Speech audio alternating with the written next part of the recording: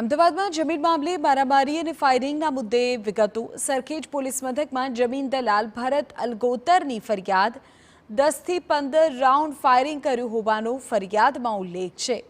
જમીન મામલે સમાધાન કરવા એકઠા થયા બાદ આ ઘટના બની હતી। 50 થી 100 માણસોનું ટોળું હથિયારો સાથે આવ્યું હોવાનો પણ ફરિયાદમાં ઉલ્લેખ છે। આ સમગ્ર ઘટના 23મી ફેબ્રુઆરીએ બની। હિતેન્દ્રસિંહ વાઘેલા, દીપક હિરપરા અને અજાણ્યા ઇસમ સામે ફરિયાદ થઈ છે। આ સમગ્ર મામલો માનવ અધિકાર મંચ સુધી પહોંચ્યો છે।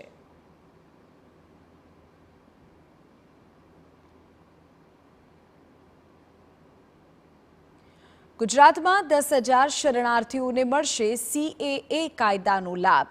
અત્યાર સુધી 3,000 નાગરિકોને ગુજરાતમાં નાગરિકતા મળી છે। ગુજરાતમાં સૌથી વધુ પાકિસ્તાનના સિંધ પ્રાંતથી હિજરત કરીને લોકો આવ્યા હતા।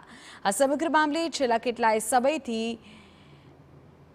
સરકાર સાથે સીમા જાગરણ મંચ કાર્યરત છે। સીમા જાગરણ મંચના અધ્યક્ષ જીવણભાઈ આહિરે પણ TV9 સાથે વાતચીત કરી અને સરકારનો આભાર માન્યો।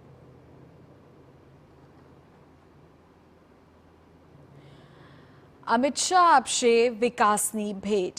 વિકાસલક્ષી કાર્યોનું વર્ચ્યુઅલી લોકાર્પણ અને ખાતમુહૂર્તનો કાર્યક્રમ કે જેમાં અમિત શાહ જોડાશે। ખાસ તો મુહમ્મદપુરામાં નવનિર્મિત અંડરપાસનું લોકાર્પણ અમિત શાહની હાજરીમાં વર્ચ્યુઅલી હાજરીમાં થશે। 17.55 કરોડના ખર્ચે ઓડા દ્વારા અંડરપાસ તૈયાર કરાયો છે। ભવિષ્ય માટે એસપી રિંગ રોડ પર 3 લેયર વાહન વ્યવહારની સુવિધા। તો કુલ 368 કરોડના 20 પ્રજાલક્ષી કાર્યોનું લોકાર્પણ કરવામાં આવશે। 2,644 કરોડના 43 વિકાસ કામોનું ખાતમુહૂર્ત કરવામાં આવશે। થોડીવારમાં અમિત શાહ વર્ચ્યુઅલી લોકાર્પણ અને ખાતમુહૂર્ત કરશે।